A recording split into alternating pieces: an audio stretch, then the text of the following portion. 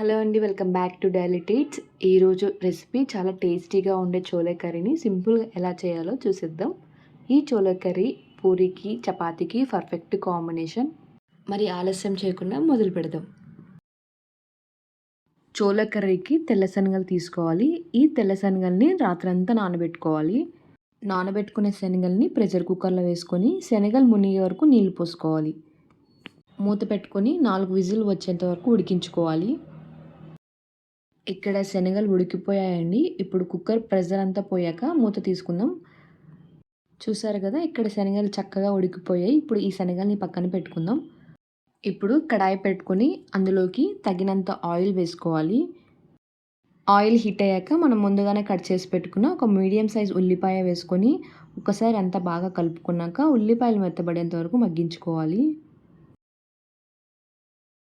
ఉల్లిపాయలు ఇక్కడ చక్కగా మగ్గిపోయాయి కాబట్టి అందులోకి 1 స్పూన్ అల్లం వెల్లుల్లి పేస్ట్ వేసుకొని పచ్చివాసన పోయేంత వరకు మగ్గించుకోవాలి.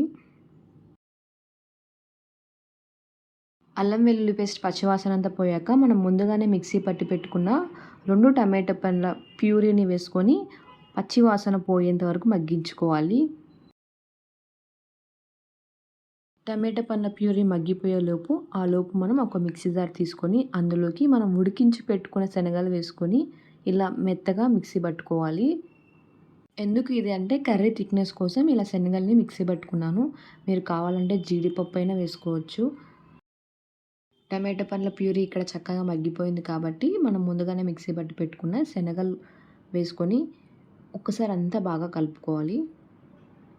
1/2 గ్లాస్ వాటర్ వేసుకొని ఒకసారి అంతా బాగా కలుపుకోవాలి. ఇప్పుడు అందులోకి 1 స్పూన్ పసుపు, మీ రుచికి తగినంత ఉప్పు వేసుకోవాలి. కారం మీరు తినేదాన్ని బట్టి కారం వేసుకోండి. 1 స్పూన్ ధనియాల పొడి వేసుకొని ఒకసారి అంతా బాగా కలుపుకోవాలి. ఇప్పుడు అందులోకి మనం ముందుగానే ఉడికించి పెట్టుకున్న శనగల్ని వేసుకొని 1 గ్లాస్ వాటర్ వేసుకొని ఒకసారి అంతా బాగా కలుపుకోవాలి.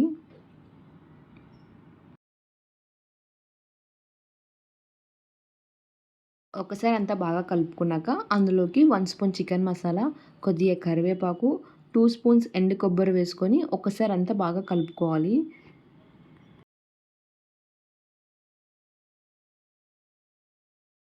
కర్రీ గ్రేవీ కొంచెం చిక్కగా వచ్చేంత వరకు ఉడికించుకొని మరి పలచగా కాకుండా శనగలకు పట్టేలా ఉండాలి. కర్రీ కన్సిస్టెన్సీ అనేది ఈ విధంగా ఉండాలి. ఇప్పుడు స్టవ్ ఆఫ్ చేసుకుందాం. అంతేనండి, చాలా ఈజీ అండ్ టేస్టీ అయిన చోలే కర్రీ రెడీ అయినట్టే. మరిన్ని వీడియోల కోసం మా ఛానల్ని సబ్స్క్రైబ్ చేయండి.